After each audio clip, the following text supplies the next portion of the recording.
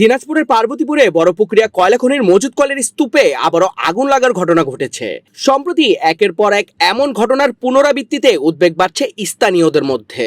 কয়লার বিশাল স্তূপের বিভিন্ন অংশে ধোঁয়া ওঠা এবং আগুন জ্বলার ভিডিও ইতিমধ্যে সামাজিক যোগাযোগ মাধ্যমে ছড়িয়ে পড়েছে।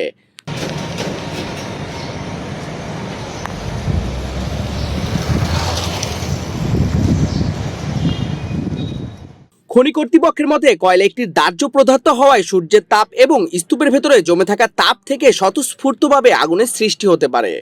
এ কারণে নিয়মিত পানি ছিটিয়ে আগুন নিয়ন্ত্রণে রাখার চেষ্টা করা হয়, তবে স্তূপের ভেতরে আগুন পুরোপুরি নেভানো সম্ভব হচ্ছে কিনা তা নিশ্চিত করা যায় না।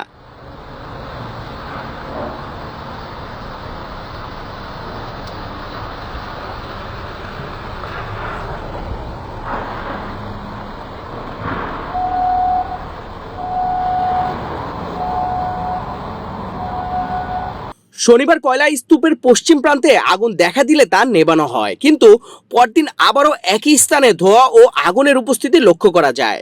স্থানীয়দের অভিযোগ, এভাবে কোটি কোটি টাকার কয়লা ধীরে ধীরে পুড়ে ছাই হয়ে যাচ্ছে। জ্বালানি সংকট, গোটা পৃথিবীতে জ্বালানি নিয়ে মানুষ দুশ্চিন্তায় রয়েছে। আর সেখানে অবলীলাক্রমে এই তাপবিদ্যুৎ কেন্দ্রের হাজার হাজার মেট্রিক টন কয়লা, যেগুলো প্রতিনিয়ত আগুন ধরে পুড়ে ছাই হয়ে যাচ্ছে। বড়পুকুরিয়া খনি থেকে উত্তোলিত কয়লার প্রধান ব্যবহার বিদ্যুৎ উৎপাদনে।